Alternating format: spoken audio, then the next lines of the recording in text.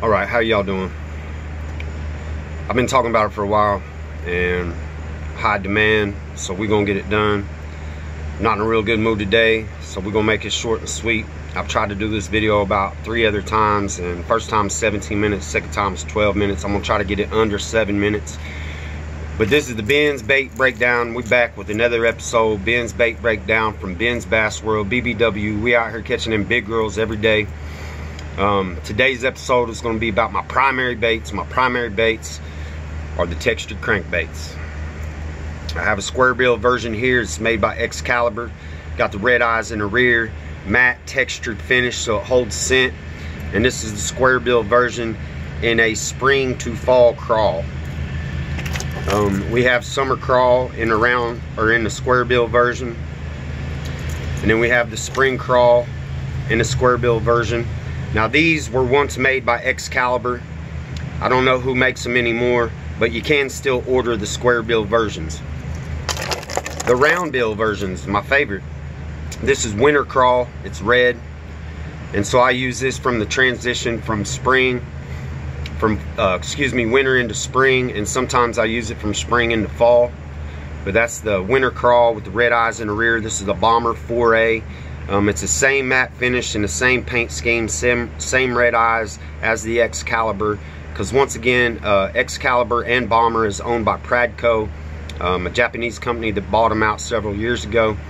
But this is the spring crawl version of these Bomber 4A textured crankbaits, and then the summer crawl. Now they got different names as far as the color patterns, but what I call them is what they called them whenever I first started using them. Red, winter crawl, spring crawl, and the chartreuse, the green one, is the summer crawl. Now, I went out yesterday and I bucked 32 to 34 bass, and all I used was the spring crawl and the summer crawl. And I used a couple of other baits as well, but I cracked about 25 to 26 of them off those textured crankbaits. Again, when I'm using those textured crankbaits, they are my primary baits. I'm going to throw those first before I throw anything else, and just to see what mood the bass are in. But when I am throwing those textured crankbaits, I'm pairing it up with some Yum crawfish scent. Anytime I'm throwing anything crawdad looking, whether it's a soft plastic or one of these hard crankbaits that has the matte finish in it, I'm going to spray them with crawfish scent.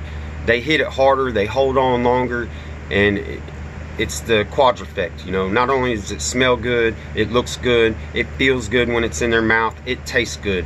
And so you get the texture, you get the red eyes, you get the scent, and those square bills and round bills throw off a good vibration in the water. So you got the 4 phases, you know what I'm saying? And it just makes them hit it. It just makes them hit it. They hold on longer, they hit it harder. But those are my primary baits. Now, as I say that, every time I go out, it's not a crankbait day. You got to listen to the fish. I tell you, you need to listen. If you hard-headed and you stuck on a spinner bait when they're biting these crankbaits, or you're stuck on a crankbait when they're biting spinner baits or chatterbait or whatever, you need to be flexible and fish what the fish want. I went out yesterday, and like I said, I stuck about 25, 26 of them with these textured crankbaits. I don't think I caught any of them on a square bill because I was fishing in deeper water where the bass were holding in these cooler, deeper pools, and that's where I'm finding them at in the summertime. And it's pretty much the same deal in the wintertime, but in the wintertime I'm going to slow it down because the water's substantially colder, but they're going to be in the same areas in the coolest part of the winter that there are in the hottest part of the summer. They're just looking for that moderate, intermediate water, something that's not too warm in the summertime versus not too cold in the wintertime.